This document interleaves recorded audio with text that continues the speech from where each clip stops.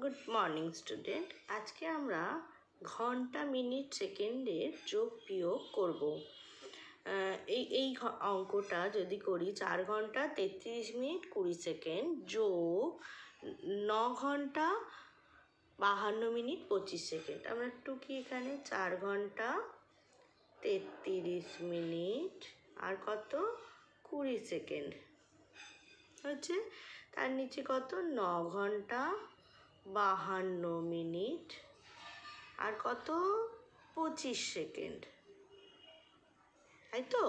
আমরা আবার যোগ করি, এটা তো বলেছে যোগ করতে, তাহলে 5 আর 2 2 4, এখানে 3 2 5, 3 5 8, এখানে 9 4 13।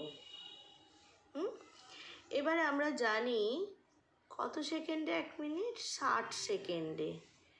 দেখো এখানে 45 কিন্তু 60-এর থেকে ছোট, তাহলে এখানে আমাদের বিয়োগ করে বাদ দেওয়া ওরকম কোনো প্রশ্ন আসছে না, তাহলে 45 সেকেন্ডটাই থাকছে।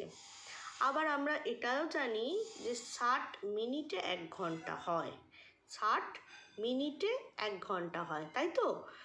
এখানে দেখো 85 মিনিট আছে, তাহলে এখান থেকে আমাদের 60 বিয়োগ করতে হবে। 60 বিয়োগ করলে কত হবে?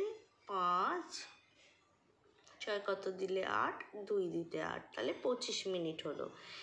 এই যে 60 মিনিটে 1 ঘন্টা, সেটা কোথায় যাবে? সেটা তো হারিয়ে যাবে না, এখানে তো 1 ঘন্টা বেশি আছে, সেইটা আমরা ঘন্টার ঘরে দিয়ে দিলাম। ঘন্টার ঘরে এখানে যদি দিয়ে দিই 13 আর 1 14 ঘন্টা, বোঝা গেল? তাহলে আমাদের উত্তর কত হলো? 14 ঘন্টা 25 মিনিট 45 সেকেন্ড। এখানে আমরা 45টা আরেকবার লিখে দিই, 45 সেকেন্ড এই উত্তর। এটা হলো যোগ।